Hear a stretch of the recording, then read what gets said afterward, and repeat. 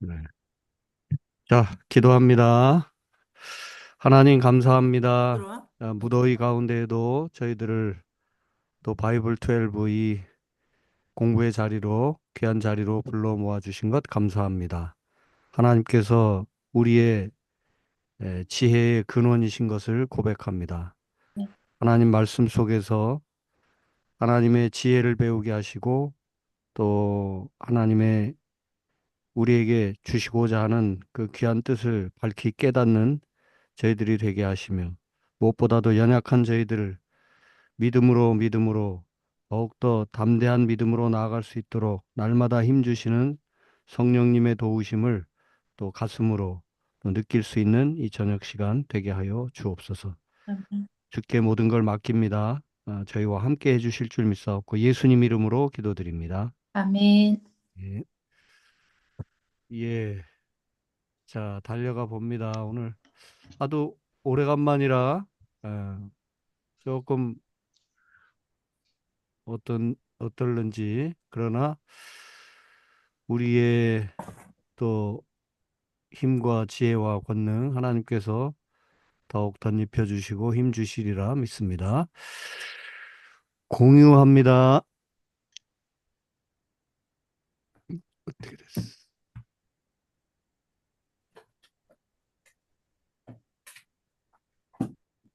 보이시나요?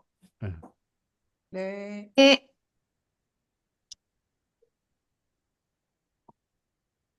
자, 어, 시가서 공부하겠습니다. 자, 구약 성경을 여러 몇 가지로 분류하는데 우리가 여태까지 모세오경, 그다음에 역사서에 해당하는 어, 그 책들을 좀 공부했다고 볼 수가 있는데 이제 시가서 그리고 더 큰 카테고리가 하나 또 남아 있는 게 선지서 혹은 예언서라고 할 수 있죠. 예, 당분간 시가서에 대해서 공부를 하는데 시가서 안에는 그야말로 시에 해당하는 노래에 해당하는 것과 지혜 문서 이 두 가지를 보통 합쳐서 그저 시가서라고도 하는데요. 또 다르게 그냥 지혜서라고 해서 시편이나 아가서까지 포함해서 또 표현하기도 합니다. 그러나 오늘 우리는 시가서라고 분류하고 그 안에 시 부분도 있고 지혜서 부분도 있는 것으로 그래서 욥기와 잠언, 전도서 등을 지혜서, 지혜문서로 이해하고 시편과 아가서 등을 시가서, 시가 노래가 적혀 있는 그런 책으로 보겠습니다. 그래서 욥시, 잠자나 이 다섯 권의 책을 시가서로 분류합니다. 자, 시가서 전체 구조를 한번 보자면 어, 이렇게 볼 수가 있어요. 우리가 살면서 반드시 접하게 되는 어떤 중요한 테마가 고난, 고통에 관한 것이죠.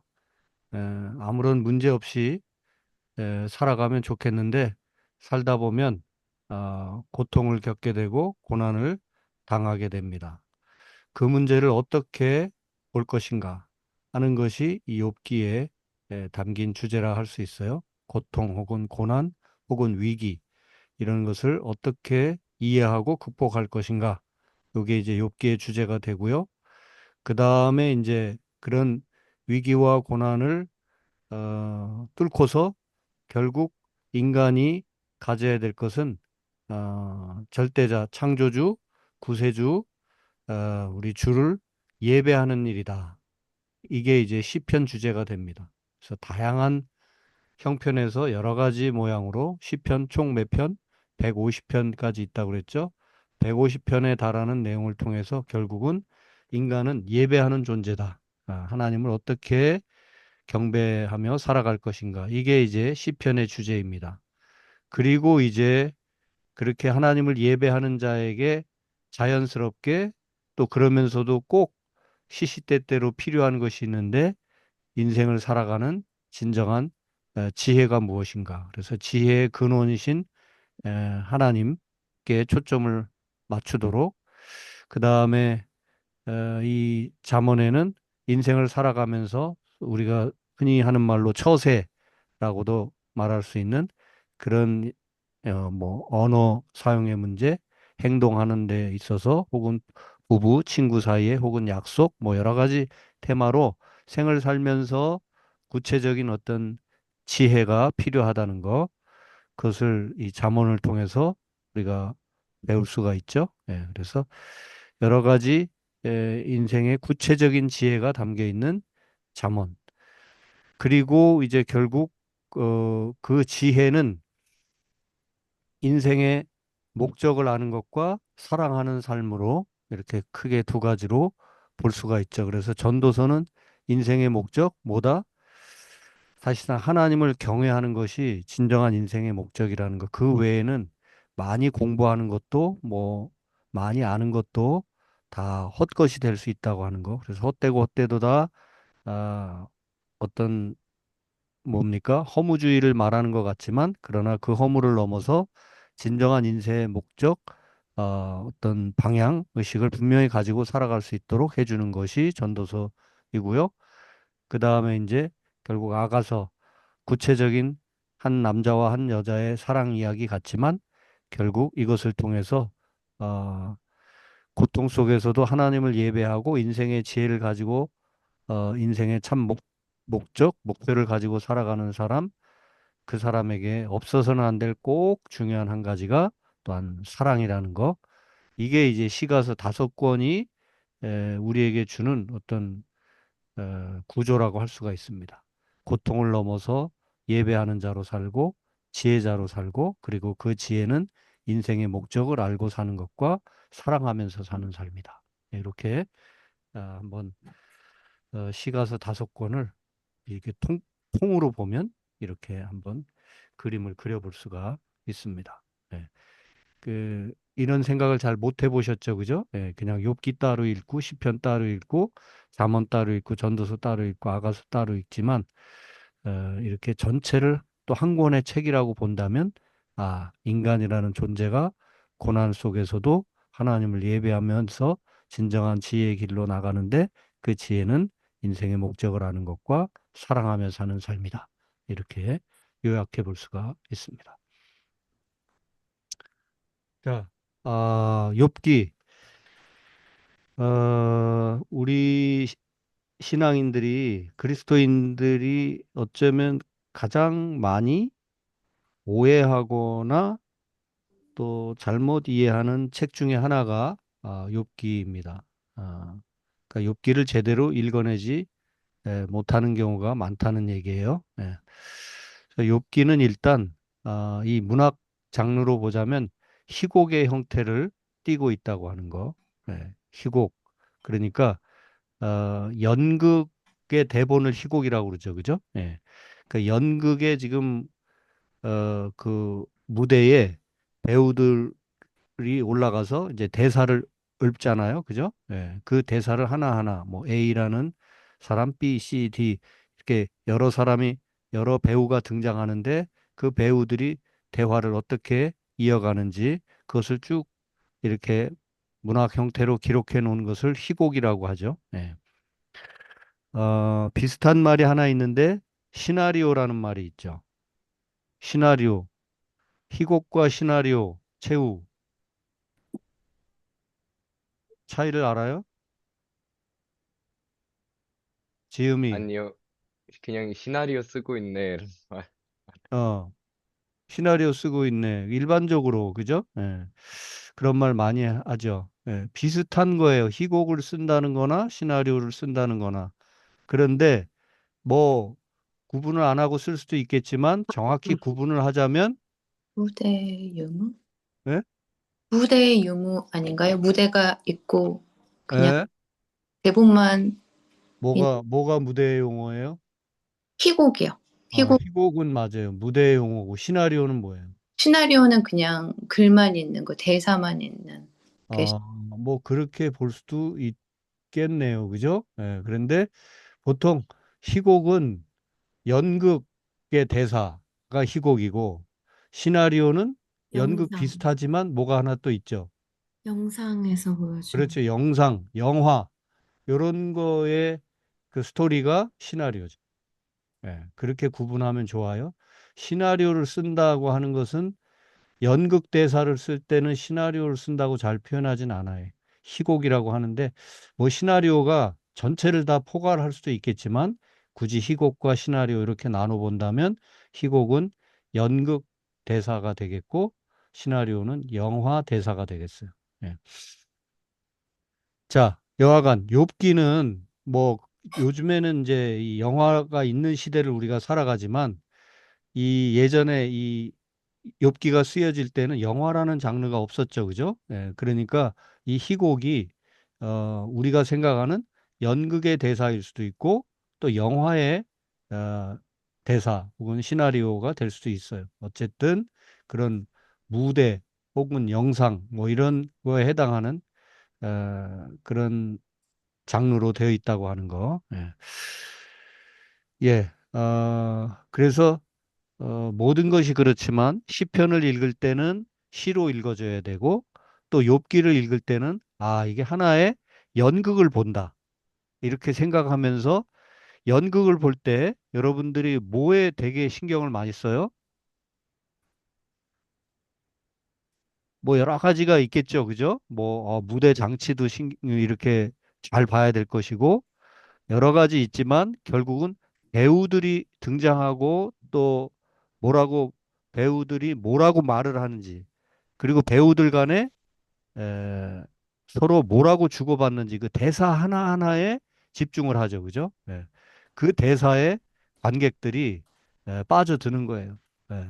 희곡도 마찬가지죠. 예, 희곡이 그런 식으로 쓰여진 문학 장르이기 때문에 그렇게 읽어줘야 돼. 아, 저 사람이 뭐라고 얘기를 하고 있구나. 그러면 이제 이 희곡 이 드라마 작가는 아, 이 배우의 이 말들을 통해서 뭘 얘기하고 싶은가. 결국 배우의 이야기, 주고받는 이야기들을 통해서 작가는 뭔가를 얘기하고 싶은 거죠. 그죠? 뭔가를 들려주고 싶은 거잖아요. 예. 그것을 듣고 보는 것이 관객들의 이제 몫이 됩니다. 예. 그래서 욥기를 읽을 때는 하나의 연극을 한 편을 본다. 이렇게 생각하면서 읽어갈 때 훨씬 욥기를 재밌게 또 깊이 있게 풍성하게 읽을 수 있다는 거. 예. 자, 일단 욥기 좀 개관을 보면 언제 쓰여진 것인가?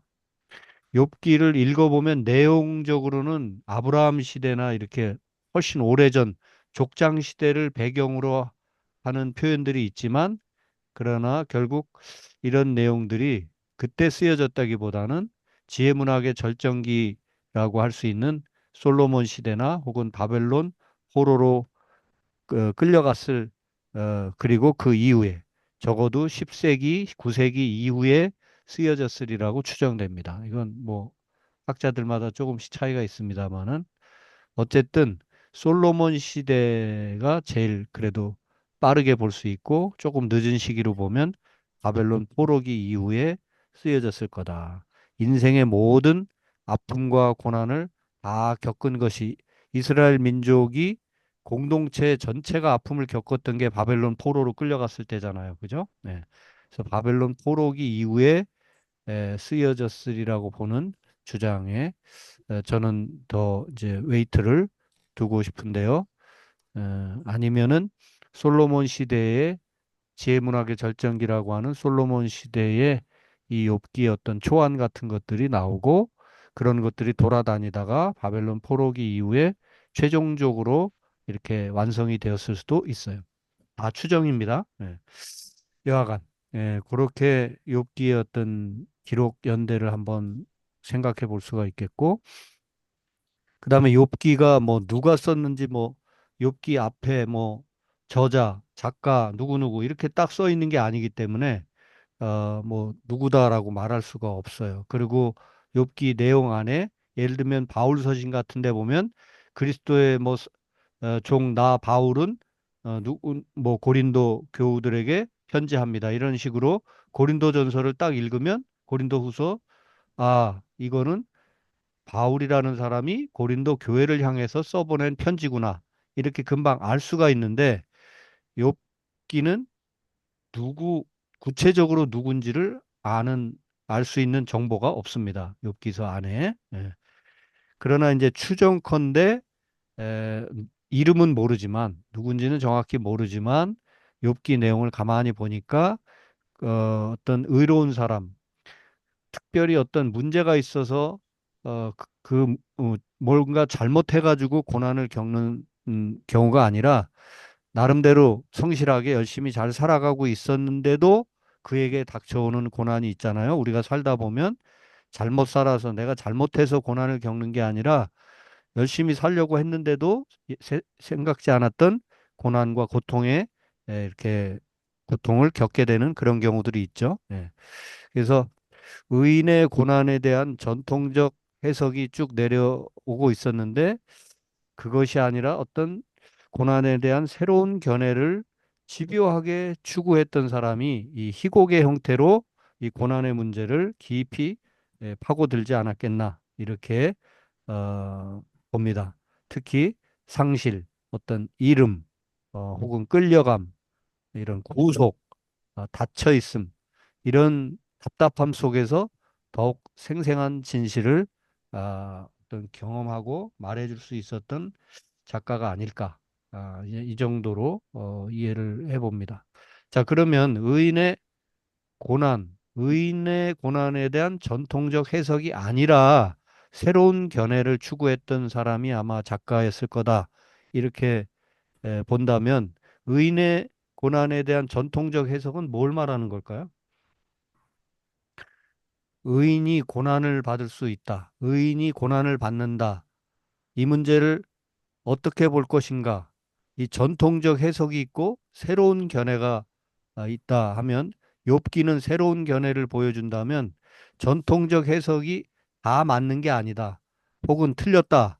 이렇게 봐야 된다라는 얘기를 하고 있는 게 욥기라는 거죠. 예. 그러면 욥기는 고난에 대해서 어떻게 이해를 하고 있는가? 예. 그러면 욥기에 대한 이해를 바로 이야기하기 전에 전통적 해석이라면 고난에 대한 자, 여러분 어때요? 의인이 당하는 고난에 대해서 여러분들은 어떤 생각을 가지고 있나요?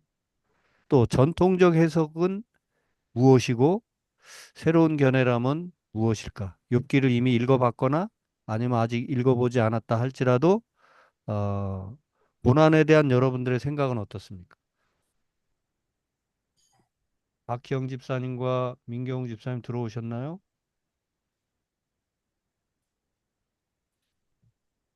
음소거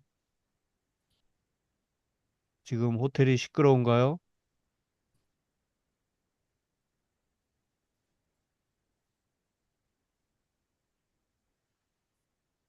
네, 좀 시끄러워서 음소거했어요. 네. 네, 어쨌든 네, 들어와 계신 거죠, 지금? 네네. 전혀 액션이 없어서. 아, 네. 네. 좋아요. 자, 의인의 고난에 대한 시끄러워서 켜놓게. 전통적 해석. 김미정 사모님, 네. 예, 이거 어떻게 이해하고 싶어요? 의인의 고난에 대한 전통적 해석이 있었고, 그것에 대해서 꼭 그렇게만이 아니라 다른 견해, 새로운 견해를 욥기가 보여주고 있다. 이렇게 말한다면 의인의 고난에 대한 전통적 해석 뭐 어떤 게 있었을까요? 음, 거기 욥기에서 계속 친구들이 욥한테 그러잖아요. 네가 뭔가 잘못한 음, 게 있을 거다. 네, 그러니까 그런 부분이 전통적 해석일 것 같고, 네, 그리고 새로운 견해는 나중에 결국에는 욥한테 뭔가 정말 그 고난을 당할 만한 이유가 있어서가 아니라 그 네, 모든 고난이 전적으로 하나님께 달려 있음을 말하잖아요. 네, 그러니까 우리 어떻게 보면 우리가 이해할 수 없는 고난이 있다는 것을 새로운 견해로 네, 저는 생각했어요. 게나우. 예. 사모님이 역시 정확히 알고 계셔요. 예. 보통 고난에 대한 전통적 해석은 인과응보적으로 해석을 해왔다는 거예요. 뭔가 의인이지만 아무리 의인이라 하더라도 뭔가 잘못한 게 있기 때문에 결국 고난이 닥쳐왔다고 해석하는 것이 전통적 해석이죠. 그런데 새로운 견해는 이유를 알 수 없는 고난, 이런 관점에서 접근을 합니다. 그리고 그 이유를 알 수 없는 고난이기 때문에 과거로부터 해석이 될 수 있는 게 아니라 결국 미래로부터 해석이 가능한, 그죠? 지금은 이해할 수 없으나 시간이 지나면서 이해할 수 있게 되는 고난. 이런 것이 새로운 견해라고 볼 수 있어요. 좀 더 자세한 내용은 이제 좀 더 저랑 같이 공부를 하고요. 그래서 욥기를 딱 펴면 욥기 1장에 벌써 나와 있는 그 구도 자체가 하나님이 이 사탄과 어떤 대화를 나누고 그리고 이 욥을 한번 하나의 모델로 사탄과 하나님이 뭔가 대화와 경쟁을 통해서 이렇게 어, 욥을 하나의 모델 케이스로 하는 이제 하나님이 뭐 그런 분이시겠어요. 그러나 마치 인간이 어떤 고난을 겪게 될 때 그 이유를 도무지 알 수 없고 하나님이 나를 의도적으로 왜 괴롭히시는 거지? 왜 이렇게 하시는 거지? 라는 생각을 할 정도로 구도가 욥기는 그 시작부터 구도가 그렇게 되어 있죠. 예. 어, 특별한 그러니까 이유를 알 수 없지만 그러나 그 처음 시작부터 이것 고난이라고 하는 것조차도 하나님에 의해서 시작되고 있는 것을 알 수가 있어요. 그게 욥기의 구도입니다. 예.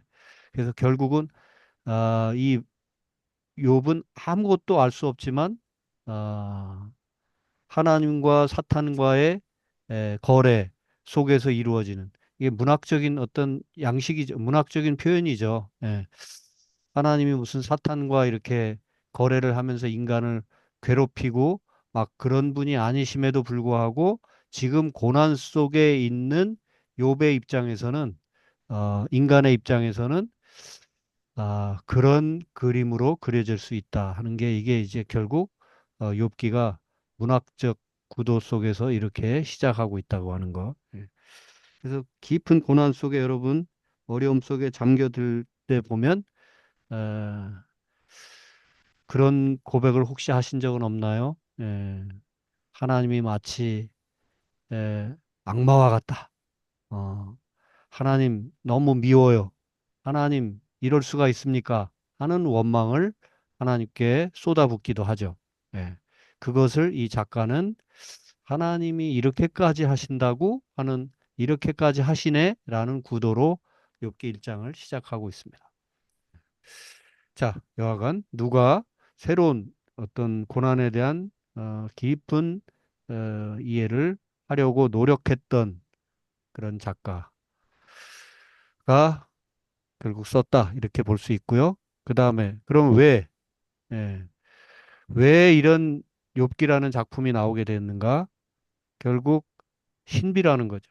예, 의인이 당하는 고난.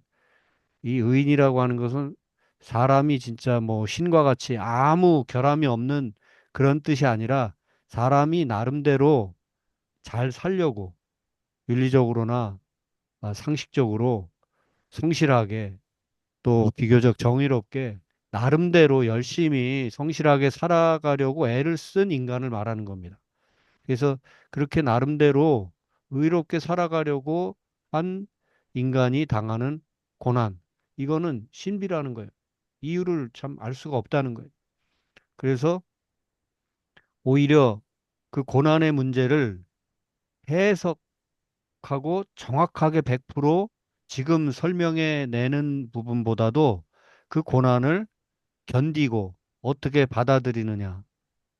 이게 중요하다는 거죠. 예. 그래서 끝까지 하나님에 대한 어떤 신뢰, 하나님이 때로는 무섭기도 하고 원망스럽기도 하고 불평이 이만큼 쌓이기도 하면서도 끝까지 그래도 내가 잘 모르는 하나님의 어떤 계획이 있을 수도 있고 하나님의 그 무엇이 있을 수도 있다고 하는 생각을 가지고 끝까지 견디고 하나님을 의지하는 것. 이게 고난 속에서 인간의 어떤 태도, 욥기가 말해주는 그런 지혜라 할 수 있습니다. 그리고 바로 예수 그리스도의 고난과 죽음이 이런 문제, 고난에 관한 문제에 대한 결정적 증언이 된다고 하는 거. 소위 야, 내가 이렇게까지 고통을 당해야 되나 싶을 때도 하나님의 아들 그리스도 우리 주님조차도 십자가에 피 흘려 죽으시기까지 죄 없으신 그분이 죽음을 감당했다고 하는 것이 성경의 이야기잖아요. 예, 그것이 욥기의 어떤 최후의 그 실마리가 어, 되는 고난의 문제를 풀어주는 실마리가 되고 있습니다. 자, 욥기의 핵심 성구를 한번 볼까요? 뭐 여러 소중한 구절들이 있지만 세 구절을 한번 뽑아봤습니다. 1장 1절 누가 한번 읽어보실래요? 그러니까 우스 예, Lady first. 우스 땅에 욥이라 불리는 사람이 있었는데 그 사람은 온전하고 정직하여 하나님을 경외하며 악에서 떠난 자더라. 아멘. 아멘. 예, 예. 욥이라고 불리는 사람 있었어요. 우스 땅에. 예. 그 사람은 온전하고 정직하여 하나님을 경외하며 악에서 떠난 자더라. 이게 소위 욥이라는 사람을 설명해 주는 말인데 이게 우리가 평상시에 어떻게 살아가야 하는지를 그대로 말해 주는. 예. 우리는 땅에 사는 사람이 어떤 특정한 땅에 그리고 뭐라고 이름이 있죠. 예. 그리고 하나님을 경외하면서 온전하고 정직하게 살아가기 위해서 악에서 떠난 삶을 살기 위해서 애를 쓰는 사람이 우리여야 바로 나여야 한다는 거. 예, 이거는 명백한 어떤 사실이고 우리가 받아들여야 할 명제입니다. 자, 문제는 우리는 이렇게 살아야 돼요. 그런데 이렇게 살아가던 욥이라고 하는 사람에게도 이유를 알 수 없는 고난이 닥쳐왔다. 그 고난 속에서 투쟁하는 그 욥의 한 대목이 이제 이 23장 10절 그리고 42장 5절에서는 그 고난 속에서 뭐 제가 투쟁이라는 표현을 썼습니다마는 각종 아픔을 겪고 다 잃고 친구들로부터도 제대로 위로받지 못하고 정말 인생의 바닥 그 고통 그냥 무엇을 잃은 것만의 고통이 아니라 마음과 영혼의 그 깊은 상처와 아픔 이런 것들을 다 겪어가는 욥의 모습 그리고 그 모든 과정을 겪은 뒤에 42장 5절은 내가 여태까지는 주께 대하여 귀로 듣기만 했는데 이제는 눈으로 주를 뵙습니다. 뭐예요? 고난을 겪은 뒤에 이 욥이 하나님을 보는 것이 막연하게 귀로 듣는 것 정도 수준이었는데 이제는 눈으로 주를 배우는 것처럼 생생하게 하나님을 모시고 살게 되었다는 그런 고백이죠. 그 사이에 여러 아픔들이 있는데 그 아픔의 현장을 대변해 주는 한 또 구절이 23장 10절입니다. 이건 최후가 읽어보세요. 그러나 내가 가는 길을 그가 아시나니 그가 나를 단련하신 후에는 내가 순금같이 되어 나오리라. 아멘. 이거 이 구절 좋아하시는 분 있나요? 네, 이 구절로 찬양이 있어요. 찬양도 있죠. 맞아요. 이 구절 제가 군대 생활하고 할 때 그 장정으로 훈련소 들어가는데 그 훈련소 예배당에 이 한쪽 사이드에 이렇게 세로로 이 말씀이 쫙 적혀 있는데 얼마나 눈물이 나면서 그래 내가 이제 3년간 군대 생활 하는데 딱 거기에 잘 어울리죠 그죠? 내가 가는 길을 그가 아시나니 이제 군대 입대합니다. 어? 고난의 길을 주께서 아시나니 주께서 나를 단련하신 후에는 내가 정금같이 순금같이 되어서 나오리라 하는 이 말씀이 얼마나 힘이 되고 은혜가 되었는지 몰라요. 예. 예, 그러나 뭐 뭐 이 말이 참 그 자체로 좋은 말이죠. 그죠? 예. 그런데 어쨌든 적절한 번역은 아니었어요. 예. 욥기에서 이 욥이 말하는 말인데 이 번역에 사실상 좀 문제가 있어요. 우리가 원하는 대로 듣고 싶은 대로 번역이 됐습니다. 예. 그래서 다른 번역본들을 좀 여러분들이 참조하신다면 이 말씀은 사실 뭐 이런 말씀이 있어서 제가 군대 생활하는데 또 큰 도움도 됐고 하니까 뭐 잘못된 건 아니지만 그러나 본래 그 의도된 것은 이런 거예요. 제가 현대어 성경으로 읽어드리면 이렇습니다. 욥기 23장 10절. 그래도 하나님은 내 옮겨놓은 발걸음 다 알고 계시는 분. 여기까지는 비슷하죠, 그죠? 내가 가는 길을 그가 아시나니. 하나님은 내 옮겨놓은 발걸음을 다 알고 계시는 분. 내가 어떤 인간인가 알아보시려 하나 내가 깨끗한 인간이란 걸 아실 걸세. 지금 친구랑 대화하는 중에 지금 자기를 변호하는 그런 욥의 모습. 요것도 이제 말씀드리는데 욥기는 문학 장르 희곡 형태로 되어 있는데 그 배경은 법정 형태로 되어 있어요. 법정에서 검사가 있고 변호사가 있고 재판장이 있는 그런 법정 용어들이 많이 나오고 법정의 분위기 배경 속에서 지금 이 대사들이 진행되고 있다고 하는 거. 예. 그래서 친구에게 자신을 변호하는 그런 욥의 모습 속에서 나온 대사입니다. 그래서 어, 정확히는 하나님이 나를 시험해 보신다면 내가 깨끗한 사람이라는 걸 잘 아실 텐데 하는 그런 호소예요. 근데 이거는 약간 그가 내 길을 잘 아시나니 내가 단련받은 후에는 정금같이 되어 나올 거다. 마치 욥이 지금 고난을 다 아주 긍정적으로 받아들이면서 이 고난을 내가 이 고난은 훈련이기 때문에 내가 더 잘 되기 위한 훈련이기 때문에 내가 이 훈련을 잘 받고 단련받은 다음에는 정금같이 되어 나올 거야. 이렇게 긍정적으로 확신하면서 뭔가 자기 자신에게 힘을 주는 듯한 그런 표현으로 지금 번역이 돼 있잖아요. 저도 그렇게 이해하고 군대 생활을 했는데 그게 아니라는 거예요. 그게 아니고 하나님이 내가 가는 길을 잘 아시는 분 맞지? 그렇다면 하나님이 나를 이렇게 잘 시험해 보신다면 내가 잘 살아왔다는 것, 내가 하나님 앞에 이렇게 어?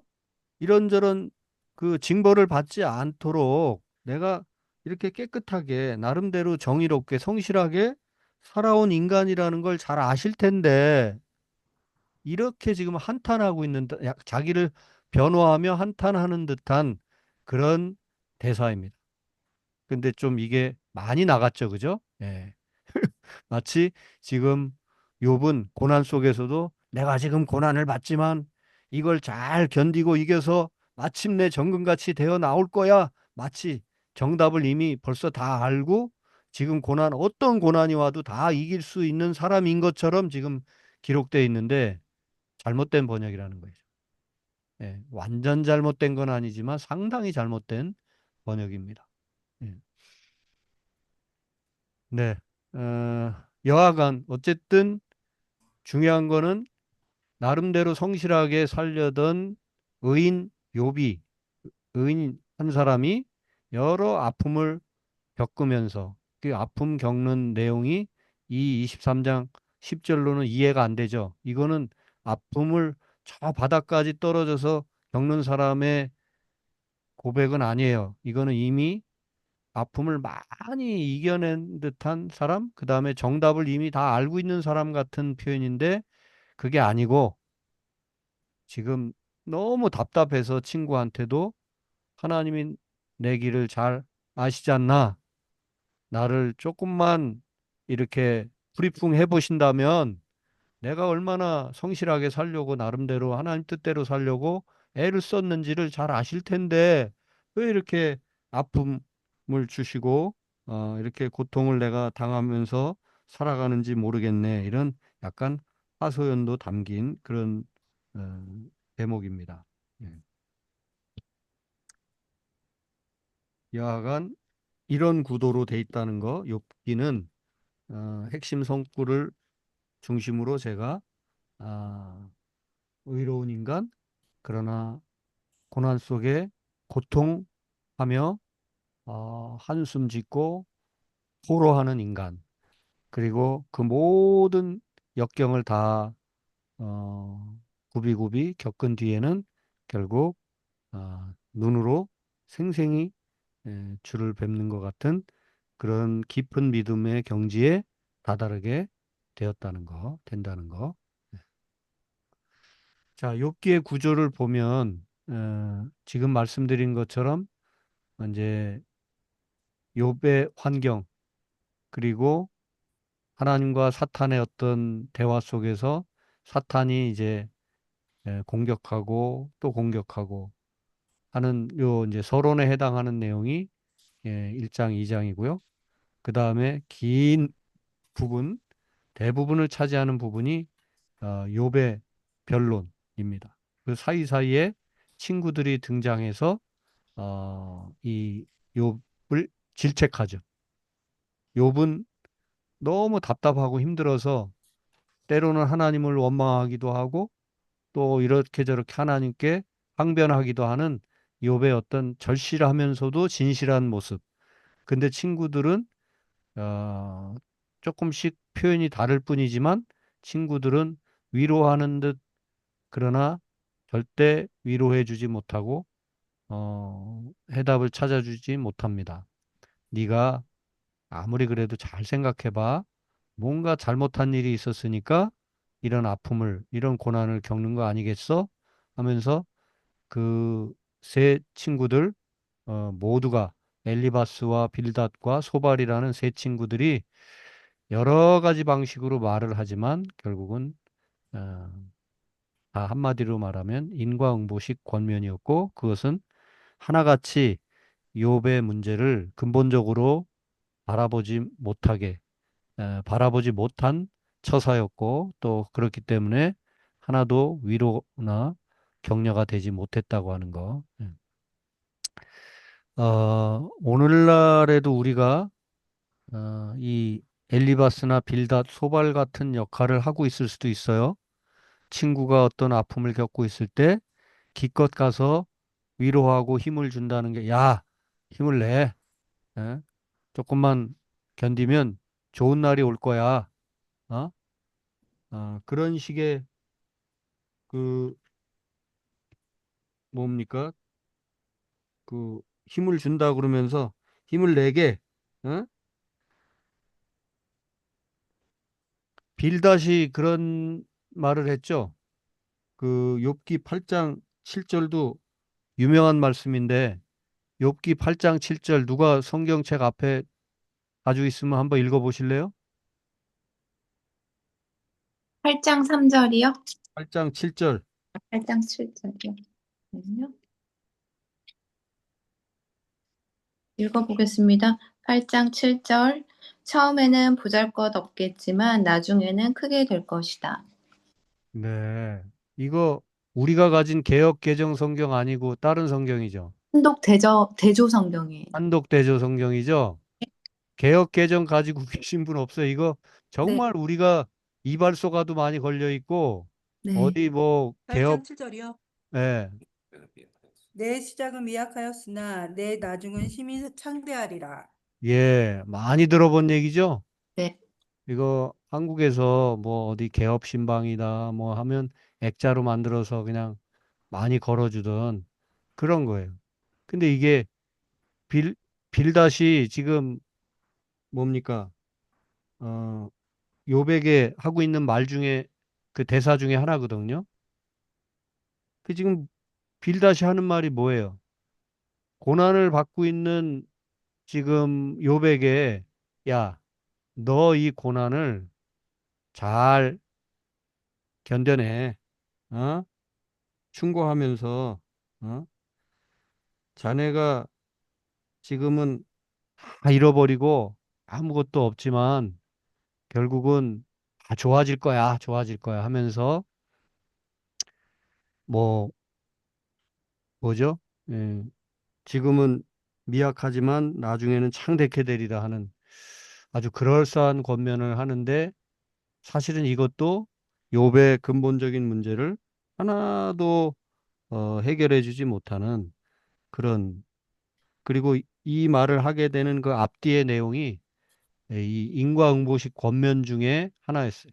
네가 뭘 잘못했는지 잘 생각해 봐. 어? 그러면 답을 찾을 수 있을 거야. 이런 얘기를 하는 중에 네가 지금 다 잃어버렸다 하더라도 결국은 또 다 찾을 수 있을 거야. 이런 식으로 말하고 있다는 거예요. 예. 그래서 결국 어느 친구도 나중에 등장하는 엘리우라는 이 젊은이도 그럴싸하게 말하는 것 같았지만 결국 세 친구나 나중에 극적으로 등장하는 엘리후마저도 결국은 이 인과응보식 권면에서 크게 벗어나지 못하고 어, 욥의 욥, 욥의 고난을 하나도 설명해 주거나 혹은 욥의 아픈 마음과 함께하는 그런 진정한 친구가 되어주지 못하고 있는 모습을 보게 됩니다. 어쨌든 그런 지난한 변론과 또 그 속에서도 고독한 항변을 계속해가는 욥, 이 이야기가 욥기입니다. 그런 과정 속에서 결국 욥과 하나님 사이에 물음과 어, 하나님께서 욥을 향해서 첫 번째, 두 번째 어떤 지혜를 계속 물음을 통해서 질문을 던져 주심으로 욥을 깨우쳐 주시고 그리고 욥이 회복되고 친구들을 위해서 중보하게 되는 그리고 갑절로 늦은 나이지만 축복받게 되는 그런 내용이 이 욥기의 구조라고 할 수가 있습니다. 어,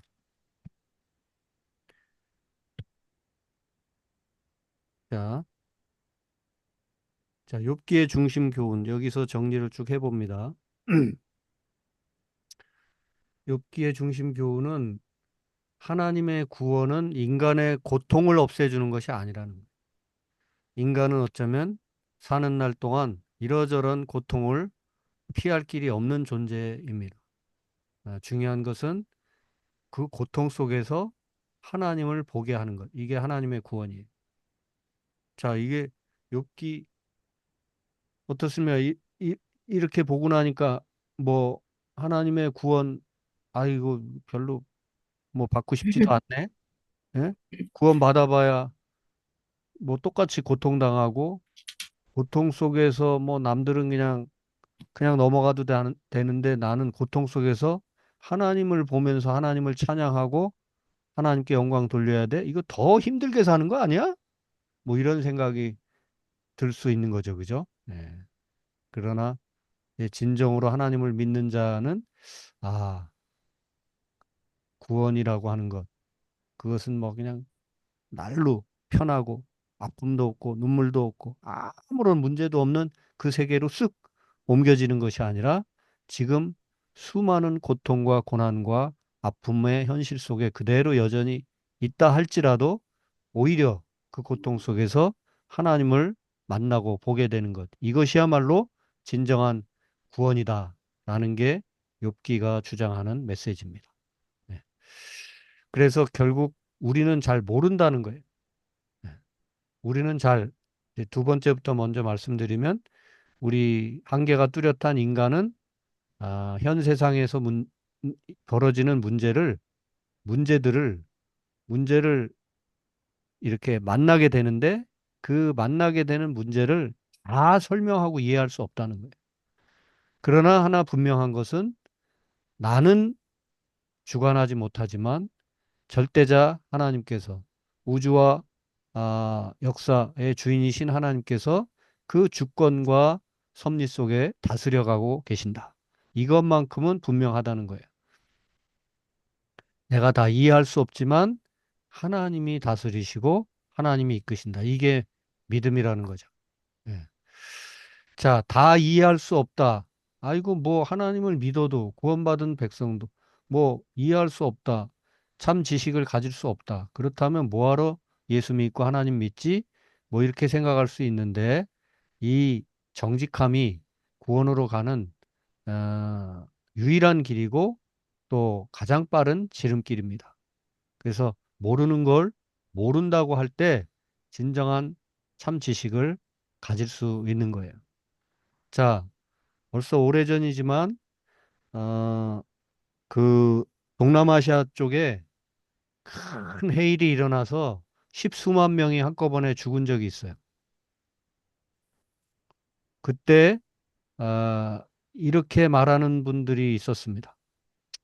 그 동남아시아 지역에는 95% 이상이 불교 국가들이어가지고 불교도들이어가지고 결국 하나님이 그 해일을 통해서 불교 믿는 나라이기 때문에 벌을 받은 거다.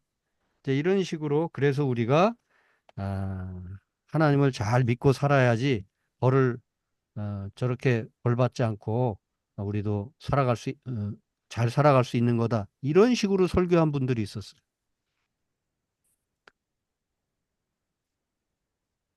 왜 해일이 일어나고 지진이 일어나고 죄 없는 사람들이 수만 명, 수십만 명이 한꺼번에 죽어가는가? 설명할 수 없는 일이에요. 다 이해할 수 없어요.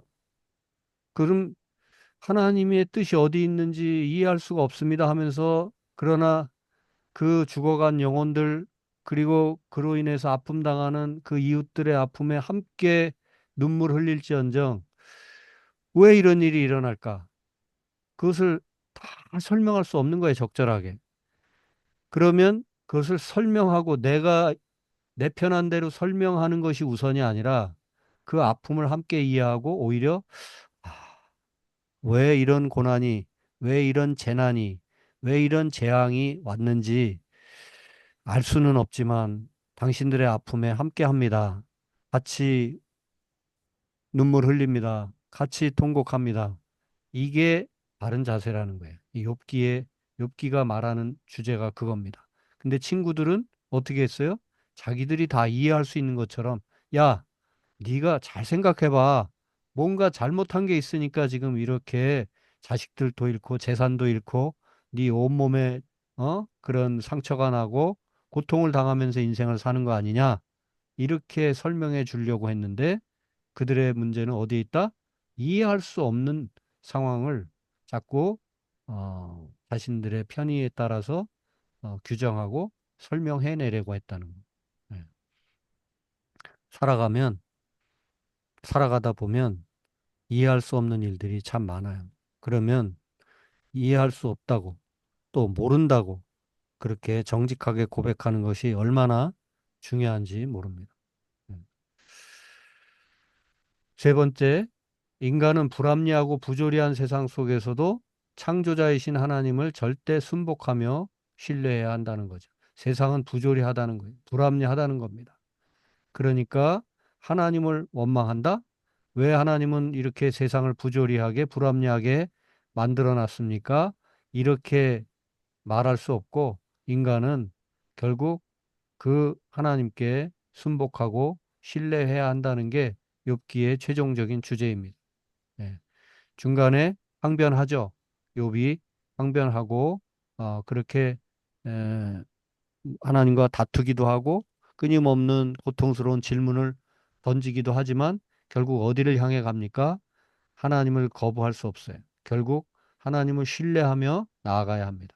그게 이제 욥기의 한 중요한 주제가 되고요. 이 네 번째가 또 중요한데 결국 친구들이 자꾸 욥을 어떻게 이해했어요? 과거를 통해서 오늘을 설명해 주려고 했습니다. 그런데 그게 인과응보적 태도죠. 그죠? 반드시 어떤 원인이 있으니까 그 결과가 나오는 것이다. 이런 식으로 원인 없는 결과는 없다. 이런 식으로만 설명하려고 하는데 성경은 욥기는 오히려 그 반대로 하나님의 어떤 영광, 미래의 영광, 미래의 소망 이런 관점으로 오늘의 고난을 해석하려고 하는 것이 욥기의 태도입니다. 예. 그 가장 비근한 예가 요한복음 9장의 이야기를 할 수 있습니다. 요한복음 9장에는 어떤 내용이 있나요? 요한복음 9장 3절을 누가 한번 읽어보시겠어요?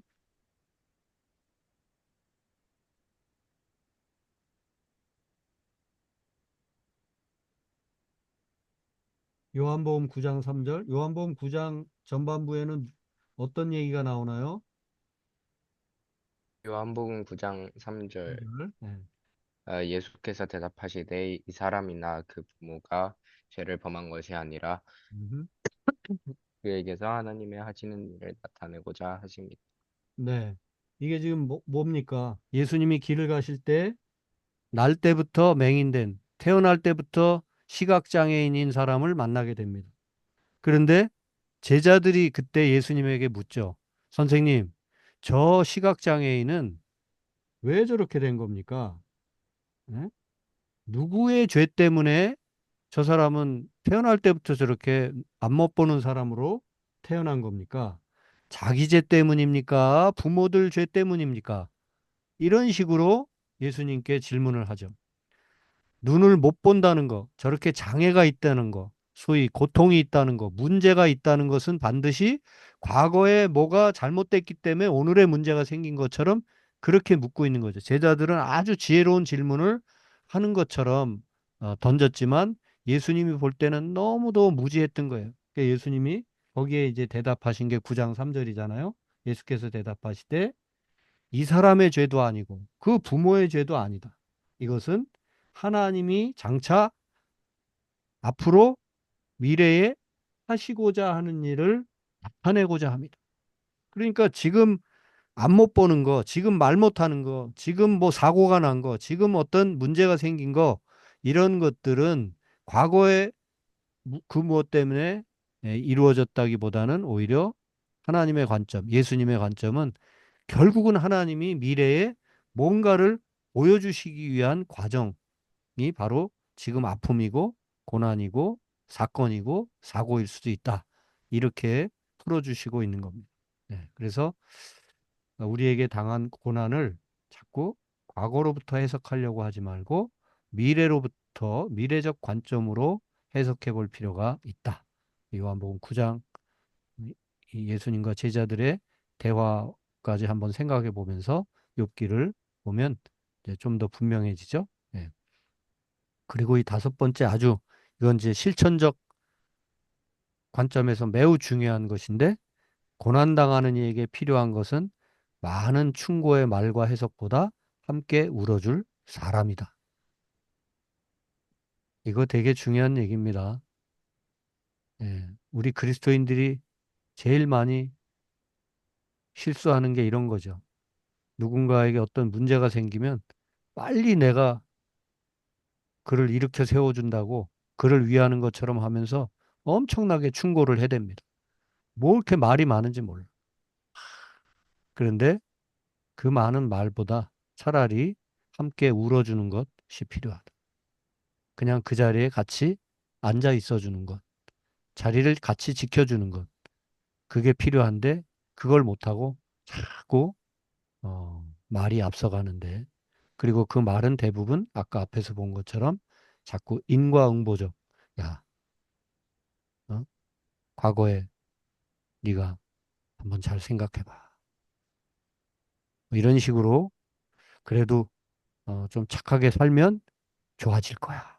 뭐 이런 식으로 이게 뭔가 충고라고 하는데 하나도 위로도 안 되고 해결도 안 되는 그런 말을 자꾸 많이 해대기보다는 함께 울어줄 그 사람으로 내가 그 옆에 서 있는 것. 이게 훨씬 중요하다는 거죠. 예. 고난의 세 종류. 그래서 결국 욥기에는 뭐 이런저런 표가 없는데 제가 한번 보면 이렇게 표를 그려볼 수 있지 않을까. 고난 진짜 인과응보적으로 뭘 잘못해서 그죠? 징벌로 고난이 오는 경우도 있어요. 그리고 어, 어떤 훈련하기 위해서 우리가 살다 보면 그죠? 내 몸을 자꾸 힘들게 하는 거, 뭐 계단을 막 엘리베이터 타고 갈 수도 있는데 내가 10층까지 우리 집이 10층인데 엘리베이터를 안 타고 가고 올라갈 때마다 계속 걸어서 올라가는 거야. 뭡니까? 힘들잖아. 땀이 뻘뻘 나고 그런 고난을 겪는데 그게 왜 그렇게 해요? 다리를 튼튼하고 몸을 건강하게 하기 위한 훈련으로 고난을 우리는 스스로 겪을 수도 있죠. 그죠? 그리고 하나님이 훈련 차원에서 고난을 주실 수도 있어요. 예. 징벌로 아픔이 고난이 올 수도 있고 훈련시키기 위해서 고난이 올 수도 있고 그 다음에 뭔가 알 수 없는 하나님의 계획 때문에 하나님의 계획 때문에 어떤 고난이 올 수도 있습니다. 자, 그리고 이것은 조금씩 겹쳐 있는 듯해서 우리가 잘 모를 때도 많아요. 이게 내가 벌 받고 있는 건가? 아니면 하나님이 어떤 의도를 가지고 나를 훈련시키는 과정인가? 아니면 내가 전혀 모르는 어떤 하나님의 계획이 있는 것인가? 그래서 이런 아픔이 있는 것인가? 이 세 가지 때문에 우리가 헷갈리기도 하죠. 그래서 어쩌면 우리는 기도합니다. 기도하면서 징벌이 아니기를, 내가 잘못한 게 무엇인가를 생각해 보기도 하고, 또 그러다가 하나님이 나를 더 단련시키시려는 것인가? 이렇게 또 돌아보기도 하고, 내가 모르는 그 어떤 하나님의 손길, 또 미래의 어떤 계획이 있으신 건가? 이런 생각을 하기도 하죠. 그래서 이 세 가지가 이렇게 또 겹쳐지는 부분도 있어요. 결국 한마디로 말하면 우리가 고난의 현실을 접했을 때 일단 우리는 고난의 이유를 잘 모른다는 거예요. 신비에 해당합니다. 제일 쉽게 알 수 있는 거는 징벌일 수도 있는데, 누가 말하기 이전에 내가 어떤 고통을, 고난을 겪는데 그냥 팍하니 오는 거야. 아이고, 이거 내가 뭘 잘못해서 벌 받나 보다. 이렇게 생각할 수는 있겠죠. 근데 그것조차도 내 생각일 수 있어요. 하나님이 벌을 주시는 게 아니라 내가 스스로 벌 받는다고 생각하는 걸 수도 있습니다. 그만큼 고난은 우리가 그것이 어디서부터 왔는지, 왜 그 고난이 있는지를 정확히 이해하기는 어렵다. 그러나 제일 비슷하게 우리가 이 고난을 잘 해석해내는 방법은 뭐다? 자꾸 과거로부터 오늘을 해석하기보다는 혹시 미래로부터 미래적 관점에서 오늘을 이해하는 것이 그래도 고난을 잘 해석해낼 수 있는 길이 되지 않을까. 그런 생각을 합니다. 고난은 여전히 우리에게 신비로 남아있고 그 신비는 끊임없는 하나님과의 대화, 때로는 우리가 불평, 원망이 될 수도 있고 항변이 될 수도 있고 또 어떤 슬픈 눈물, 상처의 눈물이 될 수도 있고 여러 가지 양식이 있겠지만 그 모든 과정을 통해서 하나님과 대화하고 하나님과 직면하는 가운데 결국 어, 오늘 고난의 문제를 미래로부터 오시는 하나님의 관점으로 풀어낼 수 있다. 이렇게 말씀드려 봅니다. 자, 욥기는 무엇이라고요? 교리서가 아니라 문학 작품입니다. 희곡이에요. 법정 용어들이 많이 등장하는 희곡, 하나의 연극과 같은.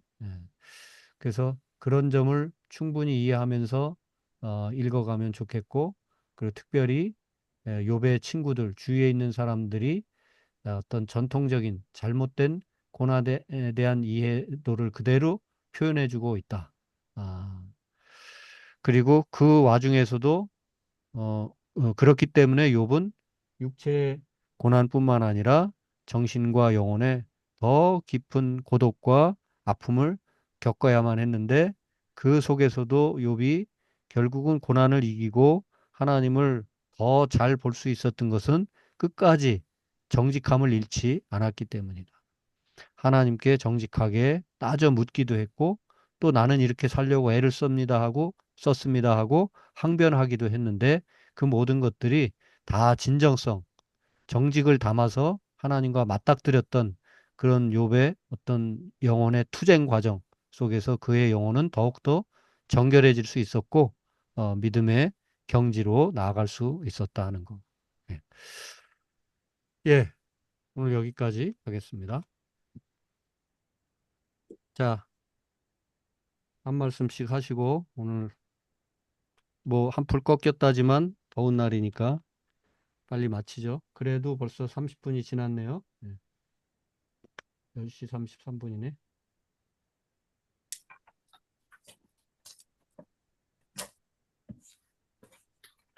자, 아비드 비버, 프라우 비버 언제 들어와 있었네요? 어디 가셨나?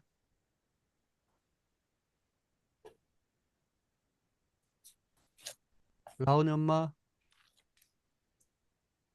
어디 잠깐. 그러면 우리 지음이 네, 어, 어, 오늘 네, 어땠어요? 오랜만에 좋았고요. 음, 그 가장 좋았던 게 아까 그 욥기에서 그 뭐냐, 그 왜? 거기에 어, 그 의인이 고난을 당하는 거는 뭐 신비 약간 그런 거다. 그리고 아까 그 다음에 23절 23장 10절이었나? 그때 그 잠시만요. 그러나 내가 가는 길을 그가 아시나니 그가 나를 단련하신 후에는 내가 순금같이 되어 나으리라. 그 이거를 읽었을 때그 제가 좋아하는 성경 구절 중에 그 로마서 18장 아 8장 18절이었나? 그 로마서 뭐였지? 로마서 로마서 8장 그 18절이었던 것 같은데 합력하여 어 선을 이룬다? 근데 예, 그 말씀이 떠올라서 예. 네, 좋았어요. 그래, 그 얘기 잘해줬는데 근데 우리가 성경에서 아주 잘못 이해하는 구절 한 몇 구절이 있는데 근데 그게 지금 욥기 23장 10절하고 근데 그다음에 지금 네가 얘기한 로마서 8장 근데 28절이거든. 이거 얘기하려고 그랬지? 우리가 저 알고 로마서 8장 18절. 18절 얘기한 거야? 근데 그 지금 내가 걷는 고난은 현재의 장차. 고난은 장차 근데 우리에게 나타날 영광과 비교할 수 없도다. 근데 오케이. 예. 그렇다면 뭐 오케이. 근데 그걸 같이 생각했어요? 근데 음. 근데 그런 말씀이 아니라고 내가 설명해 줬잖아. 근데 그 맨 처음에 들었을 때 어. 그 생각이 나서.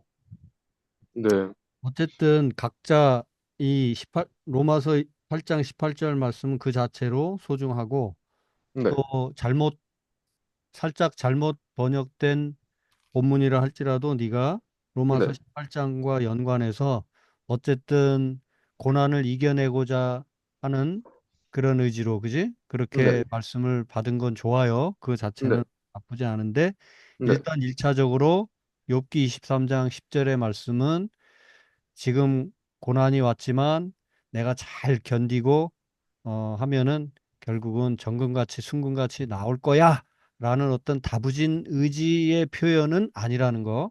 근데 그만큼 이제 분명히 배우고 가야 돼요. 예. 근데 오히려 지금 현재의 모습 하나님이 나를 제대로 시험해 보신다면 내가 얼마나 그러니까 독일어는 그 프리풍이라는 단어로 그 되어 있는데 이게 잘 근데 프리풍 해 보신다면 내가 얼마나 성실하게 또 하나님만 믿으며 살려고 애를 써 왔는지를 아실 수 있을 텐데 하는 그런 아쉬움의 표현이라는 거. 네. 근데 어쨌든 좋아요. 그 다른 성경 구절하고 연관해서 생각했다고 하는 거 아주 근데 좋습니다. 더불어서 지금 로마서 8장 28절에 우리가 알거니와 하나님을 살아가는 자 곧 그의 뜻대로 부르심을 입은 자들에게는 모든 것이 합력하여 선을 이루느니라. 이것도 되게 잘못 쓰이는 경우가 너무 많아요. 그러니까 우리가 여러 사람들이 힘을 합쳐서 선을 이룹시다. 이런 식으로 할 때 자꾸 쓰거든. 전혀 그런 뜻이 아닙니다. 여기 합력하여 선을 이룬다 하는 것은 여러 사람이 합력해서 선을 이룬다는 게 아니고, 어? 무슨 뜻이에요?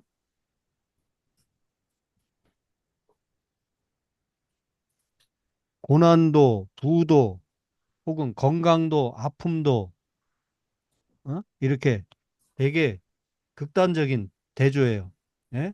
소유가 많은 부자인 것도 가난한 것도, 또 건강한 것도 약한 것도, 그 다음에 뭐 형통한 것도 아니면 오늘 실패한 것도, 이 되게 그죠? 극단적인 양극이잖아요, 그죠? 그 모든 것들이 다 결국 하나가 돼서 선을 이룬다 그런 말이에요. 네. 자, 잠깐 옆길로 샜는데 또 우리 김혜경 집사님. 네. 저는 오늘 말씀 속에서 고난 속에서 비로소 하나님을 보게 되는 것, 보게 하는 것, 이 말씀이 저에게 너무 감동으로 와닿았고요. 어제 원희가 최근에 나름 힘든 일이 있어서 고난에 대해서 아이와 이야기를 했었거든요. 근데 아이에게 이제 고난의 이유를 설명해 주는 게 쉽지가 않더라고요. 근데 그 진짜 어렵지. 왜 나에게 고난을 주셨어? 그래도 제가 원희를 사랑하셔서 그래. 원희 마음을 더 단단하게 이렇게 해주시려는, 지혜를 주시려는 하나님의 뜻이야. 이렇게 했는데도 아이가 이해를 잘 못해요. 그래서 어, 아직도 좀 이게 풀리지 못한 게 있는데, 근데 때마침 또 오늘 욥기에서 고난에 대해서 다루어 주셔서 하나님께 또 다시 감사하는 마음이 들었고, 원희와 욥기를 함께 읽고 말씀을 나누는 기회를 한번 만들어 보면 좋을 것 같아요. 감사합니다. 아주 좋습니다. 네. 그렇게 쉽게, 어, 그러니까 지금 예를 들면 이런 거죠.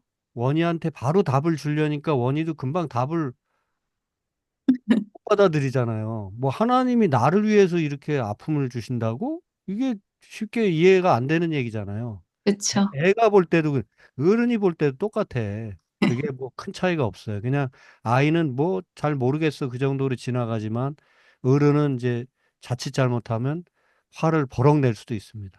뭐 나를 위한 게 나를 위해서 그런다고? 물론 하나님이 나를 위해서, 우리를 위해서 그러는 거죠. 그러는 게 이제 섭리 같은 거잖아요. 그리고 또 훈련. 나는 훈련 받기 싫어하지만 결국 훈련을 받아서 더 든든하게 더 좋게 만드시려고 하기도 하죠. 예. 때로는 진짜 벌을 내리시기도 하는 하나님이셔요. 다 있어요. 예. 근데 이것을 오히려 어린이도 그렇지만 어른도 그렇고 다 스스로가 찾을 수 있도록 도와주는 게 훨씬 중요하다. 그래서 엄마도 답답하지만 글쎄, 하나님이 왜 그러실까? 하나님이 왜 이렇게, 왜 원희에게 이런 아픔이 있을까?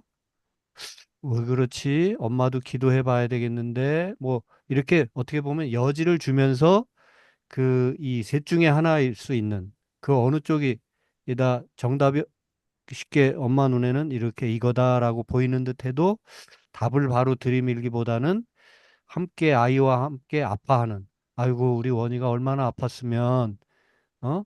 그런 생각을 했을까? 이런 식으로 오히려 대화를 끌고 가면서 결국 원희의 입에서 어, 어느 쪽이든 이렇게 답이 나오도록 하는 과정이 일단은 더 좋은 방법이 아닐까 그런 생각이 드네요. 예. 네. 예, 좋습니다. 우리 또 최우.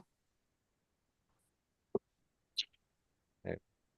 전 아까 그 뭐냐 하나님 아니, 고난이 있을 때 하나님과 함께 동행을 하면 고난이 싹 사라지는 게 아니라 고난 중에 하나님을 찾아가는 거라고 음, 말씀하셨는데 그래서 그걸 딱 들었을 때 그 고난이 우리한테 유익이라는 말씀 시편 말씀이 떠올랐어요.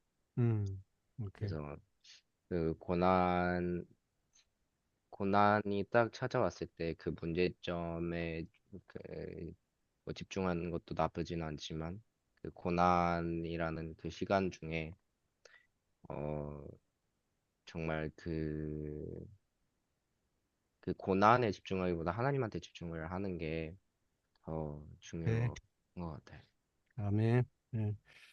그래요. 그래서 제가 이, 그 회중 기도할 때도 또 성도님들과 일대일로 기도할 때도 무조건 낫게만 해달라 아니면 이 문제가 지나가게 해달라 뭐 혹은 돈을 많이 벌게 해달라 이렇게 구체적으로 문제 해결을 위한 기도도 드리지만 그러나 꼭 놓치지 않는 기도는 지금 이 아픔 속에서도 지금 이 결핍 속에서 도리어 하나님을 더 깊이 만날 수 있는 그런 시간이 되고 그런 통로가 되기를 늘 기도합니다. 또 제가 개인적으로 중보 기도하고 성도님들 한 분 한 분 떠올리면서 기도할 때도 마찬가지예요. 그게 진정한 기도죠. 그냥 뭐 돈 잘 벌게 해주세요. 그 집 식구들 다 건강하게 해주세요. 이런 기도라면 그거는 어디 무당 점집에 가서 비는 거랑 하나 차이가 없어요. 그게 아니고 이 아픔이 설사 계속된다 할지라도 이 결핍이 설사 계속된다 할지라도 우리 김 집사님, 이 집사님, 우리 장로님, 권사님 믿음이 꺾이지 않게 해주시고 오히려 하나님을 더 뜨겁게 붙들게 해주시고 더 깊이 만날 수 있게 해달라고 진정으로 그렇게 기도합니다. 그게 하나님의 뜻이고 우리가 믿음의 길 가는 것의 의미입니다. 욥기는 그것을 더 분명히 말씀해주고 있고요. 예, 김미, 김미정 사모님. 네. 저는 먼저 처음에 시가서에 대해 말씀해 주시면서 네. 이걸 전체를 한 권의 책으로 본다는 게 전 되게 좀 새로운 조명이었고요. 네. 그래요.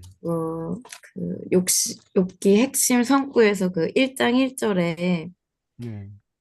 욥에 대한 설명을 하는데 저는 이걸 그냥 욥이라는 사람 자체에 대해서 항상 그렇게만 읽었는데, 이게 내가 어떻게 살아가야 할지에 대한 네. 모범 답안이구나라는 게, 내가 정말 이렇게 살고 있나 좀 많이 돌아보게 된 것 같고요.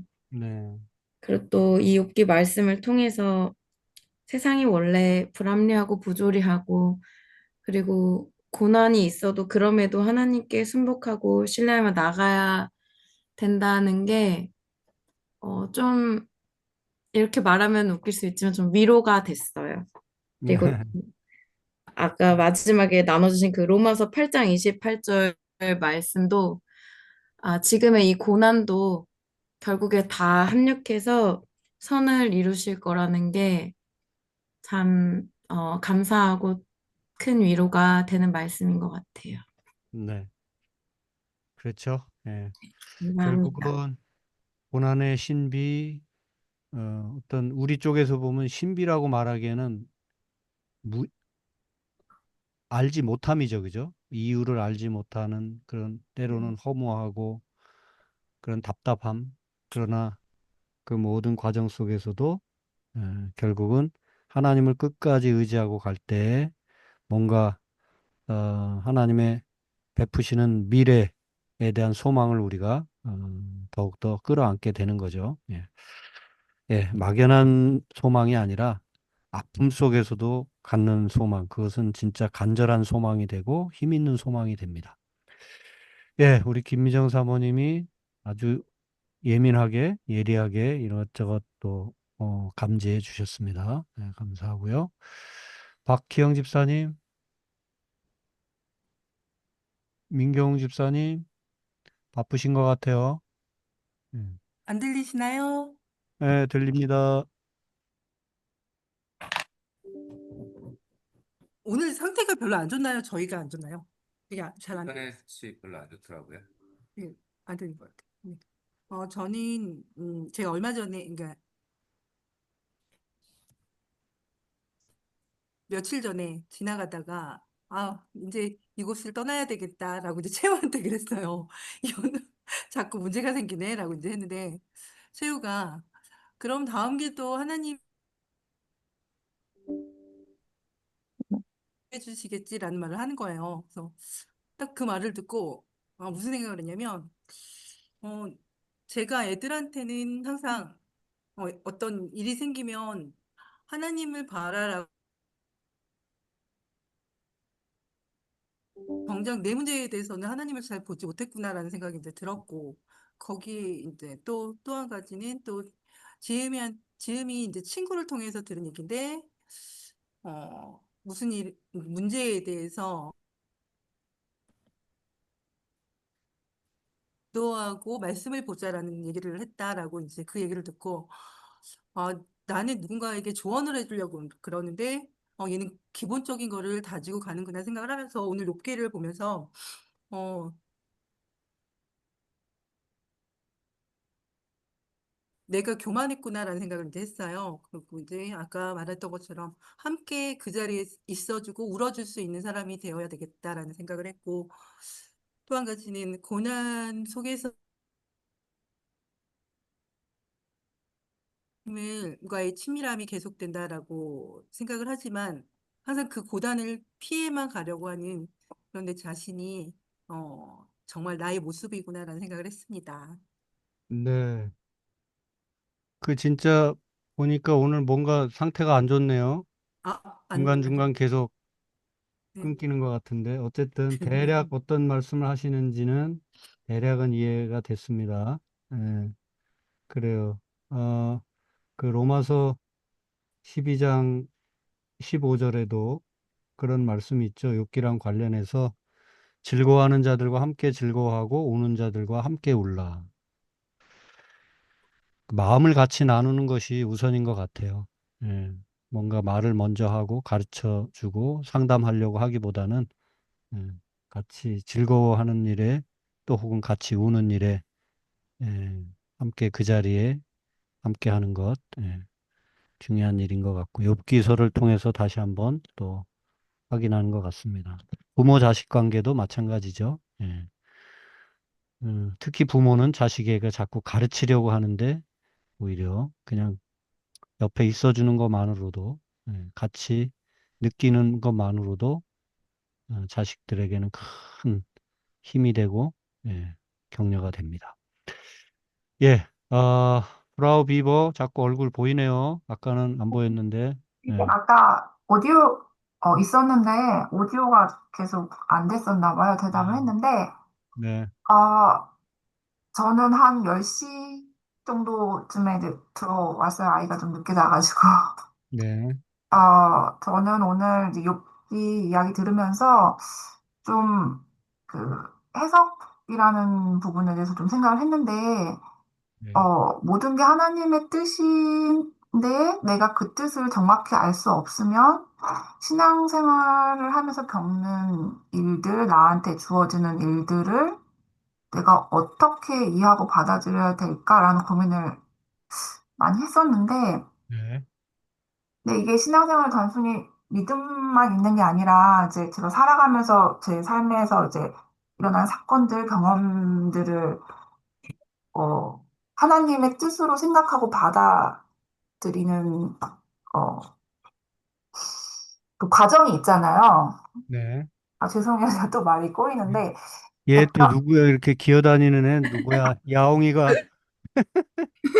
예삐 고양이 녀석. 예삐가 너도 공부하고 있구나. 어? 같이 하고 있습니다.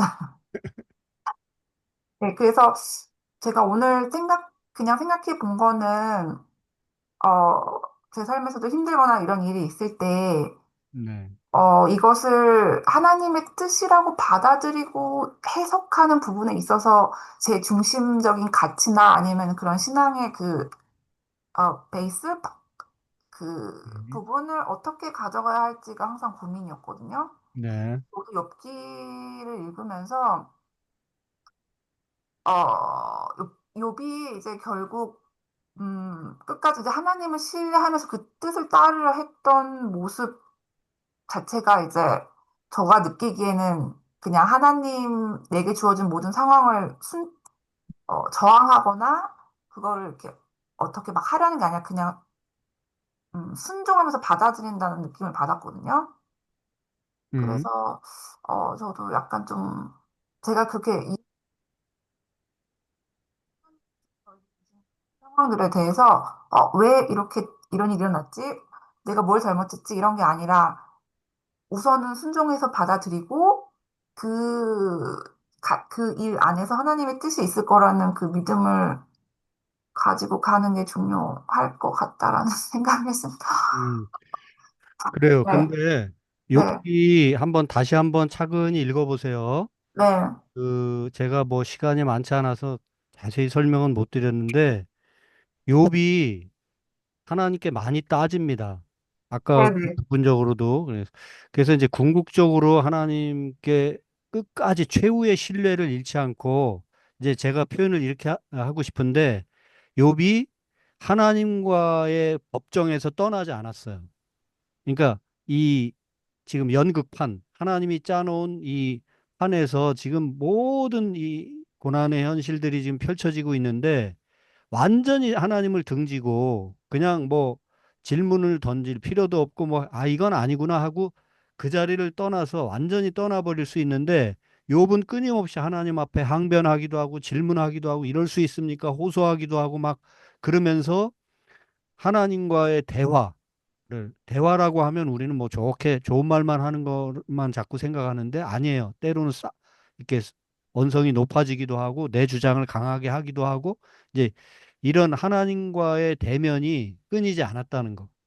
이게 이제 욥기에 되게 중요한 테마예요. 그래서 우리가 아픔을 겪을 때, 고난을 겪을 때도 하나님 앞에 원망을 하고 불평을 하고 할지언정 그게 그래도 낫다는 거예요. 그게 그래도 과정 중에 있는 거고, 불평도 없고 원망도 없이 그냥 아예 하나님 곁을 떠나버리는, 하나님하고 관계없이 살아가 버리는 이제 그렇게 가면 곤란한 거죠. 근데 우리가 때로는 억울합니다. 하나님 제가 그럼 뭐 좀 더 그 욥기 23장 10절을 제가 굳이 얘기하는 것도 그 번역이 잘못됐다 뭐 이런 얘기를 하려고 하는 거기보다는 결국 그 번역을 고쳐주려고 했던 이유도 거기에 담긴 게 뭐냐면 그가 다 잘 될 거야라는 게 아니라 그런 고난의 현실 속에 하나님께 호소했다는 거예요. 하나님이 조금 더 자세히 나를 살펴주시면 내가 얼마나 애를 쓰면서 이렇게 정직하게 또 양심적으로 살아오려고 이렇게 애를 썼는지를 잘 아실 텐데 말이지.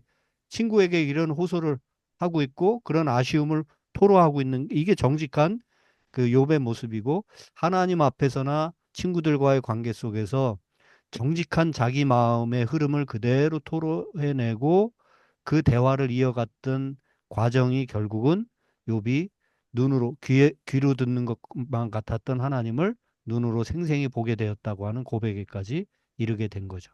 네. 그래서 욥은 끝까지 하나님을 신뢰한 건가요, 그러면? 그거를 이제 이 작가는 처음부터 신뢰했다 이렇게 단선적으로 얘기하지 않고 음, 이렇게 문학적으로 때로는 불평하고 원망하고 네, 항변도 했지만 음, 그런 모든 것이 하나님과의 관계였다라는 거예요. 그리고 음, 그 관계가 결국은 그 정직한 관계가 욥의 믿음을 더욱 든든히 세웠다. 이렇게 말해주고 있는 거죠. 그래서 우리가 기도해야 되는 이유가 여기에 있는 거예요. 우리가 기도해야 되는 이유는 뭘 주세요? 이거 해주세요.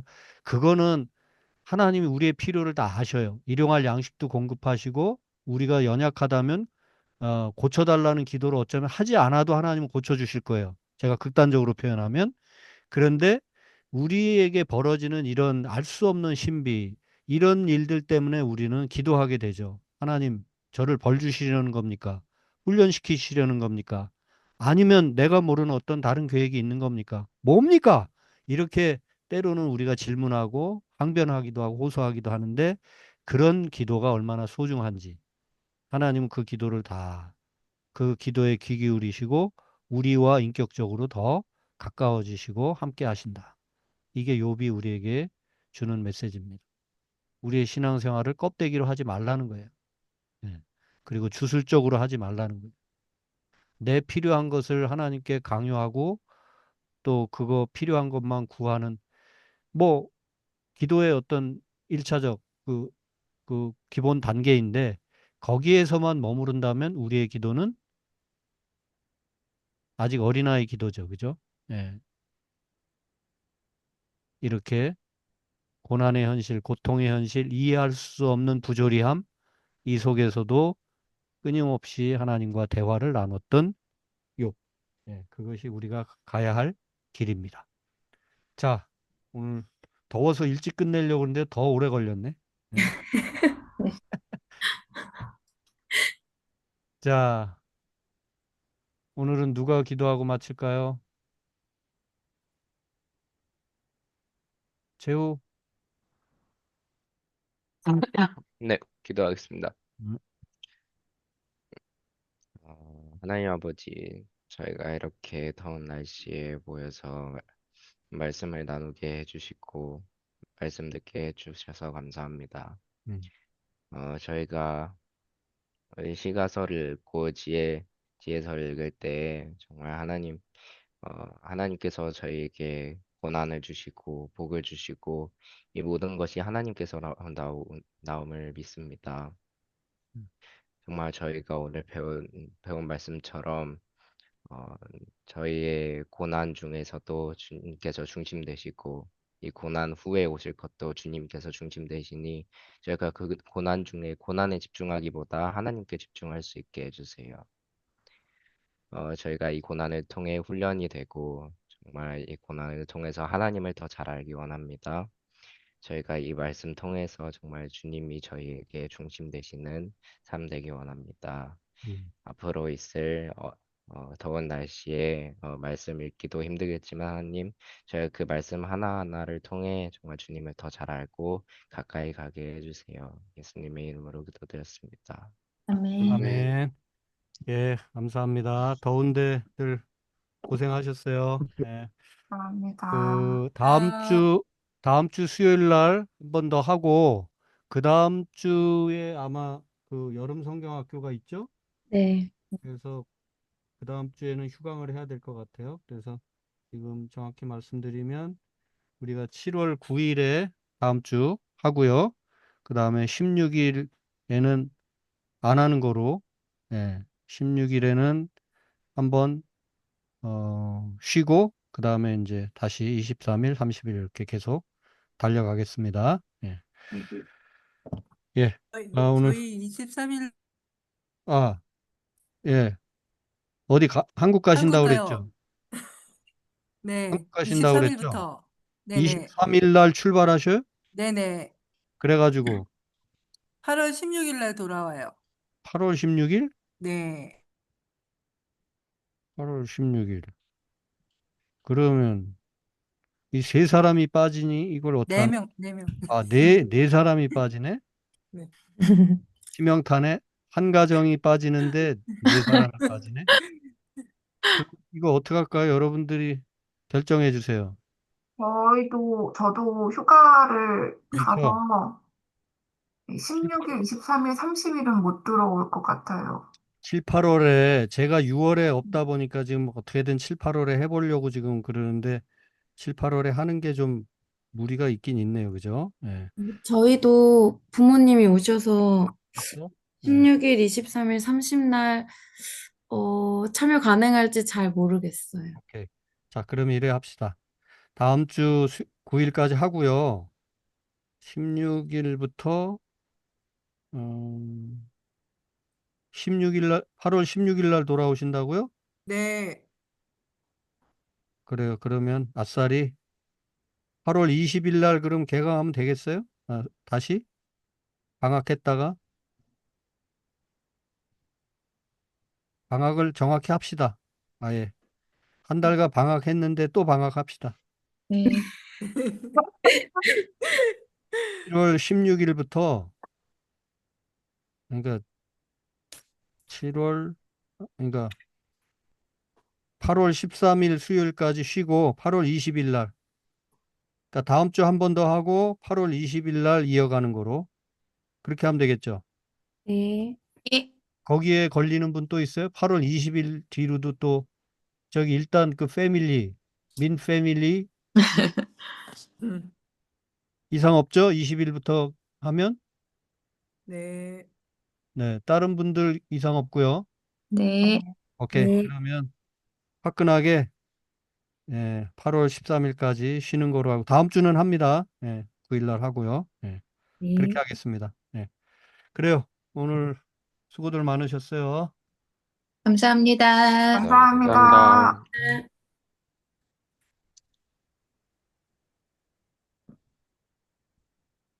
보자, 보자.